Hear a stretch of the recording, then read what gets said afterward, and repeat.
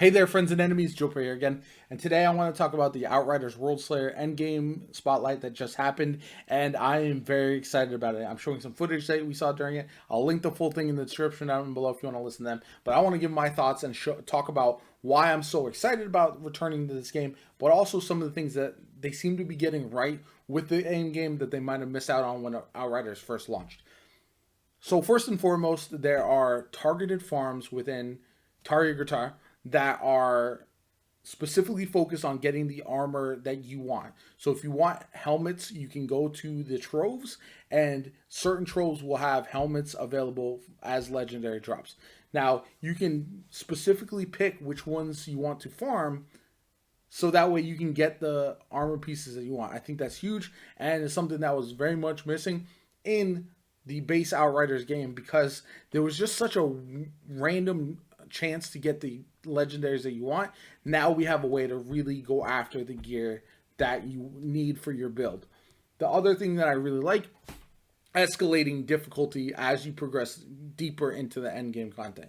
Now, they do this a couple ways. First off, there's the Apocalypse tiers, which you can not only ramp up in difficulty for your base game, for expeditions, so they'll still be viable for the Worldslayer campaign and for Target, which is really nice. So that way you can try to obtain the Apocalypse tier armor and weapons no matter what type of content you're taking on. And that's absolutely vital, but you're going to have a better chance and obviously get better gear if you do take on the end game specifically. So you have a shot. You can make sure that you're going after the type of gear that you want, like this Sunfall SMG that looks absolutely sick, but you might not get the Apocalypse tier version of it that you want without really farming and playing the max Apocalypse tier that you possibly can. And again, enemy difficulty is going to scale up, and the harder content you take on, the better gear you're supposedly going to get. So that's huge and something that I'm very, very excited about. The other thing that really has me hyped to get back in this game is the expansions of the builds. In the base Outriders game, the builds were nice, but I felt like a lot of them were repetitive. Like, my build would be the same as every other Pyromancer because there wasn't a lot of competitive builds at the high end. Now, with some expansions into the pack system, into the Ascension system, there's going to be more options for you to dive into different builds and get the exact one that you really want. Adding a third mod slot expands that even further, and we're going to hear more about that in the future, which I'm excited about. But then you've got set bonuses and all that kind of good stuff to hop into as well. So the key looks like it's going to be to perfect your build the way you want it, to maximize damage with the abilities that you want to use. That's huge. And again, with the base Outriders, it was nice at first, but I think over the course of time, there was only so many builds that were really viable, and that was a big part of the problem. Now, going back into Target, it looks like you're going to dive in. There's going to be Crossroads, which is where you pick your direction you want to go. The Troves, which is where you can target farm for legendary armor.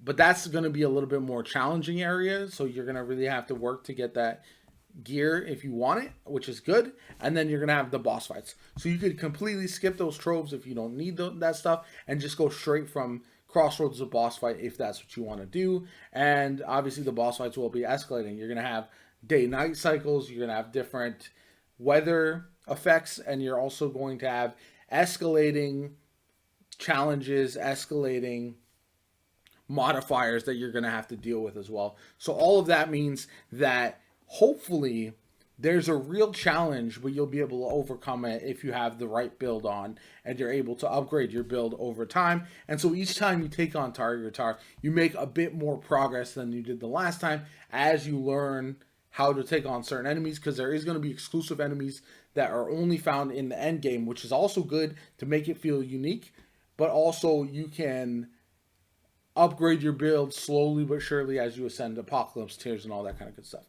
Overall, I think this is exactly what I needed to see. It's not a raid like you might see in Marvel's Avengers or Destiny 2, but I think that's a good thing. It's a unique, Outrider-specific endgame that can be taken on solo, can also be taken on in a group, and I think that's actually very important.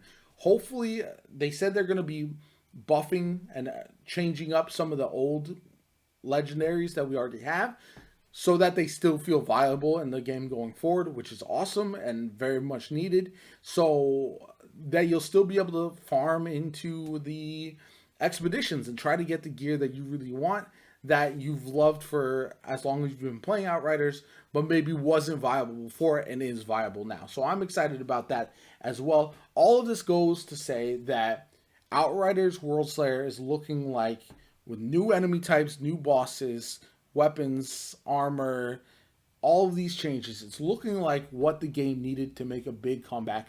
And I, for one, could not be happier.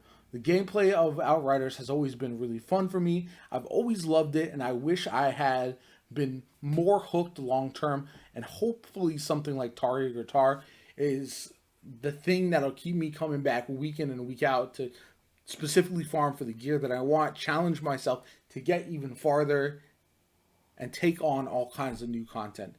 The campaign should be really fun as well. I wouldn't expect it to be crazy long, but that's going to be a nice touch to get people back in, experience the story, and then dive into Endgame as well. Get a feel for Worldslayer. Overall, I am so stoked for this. Just a couple more weeks and we're going to have hands-on with Outriders Worldslayer. And let me know in the comments down below. Are you stoked about Worldslayer? Will this be the thing that brings you back? And two, if you are coming back, what class are you remaining? Are you going to create a new one from that's level 30 that can take on Worldslayer, or are you going to take a past one that's already cracked that you want to bring into the new content? My name is JoPaWrites. I really hope you enjoyed the video. Make sure you hit that like button if you did. Subscribe to the channel if you want to see more Outriders content once Worldslayer does drop, and in the weeks leading up to it as well, because I'm going to drop some more videos and some speculation type stuff. But I'll catch you later, and I hope you enjoy the video.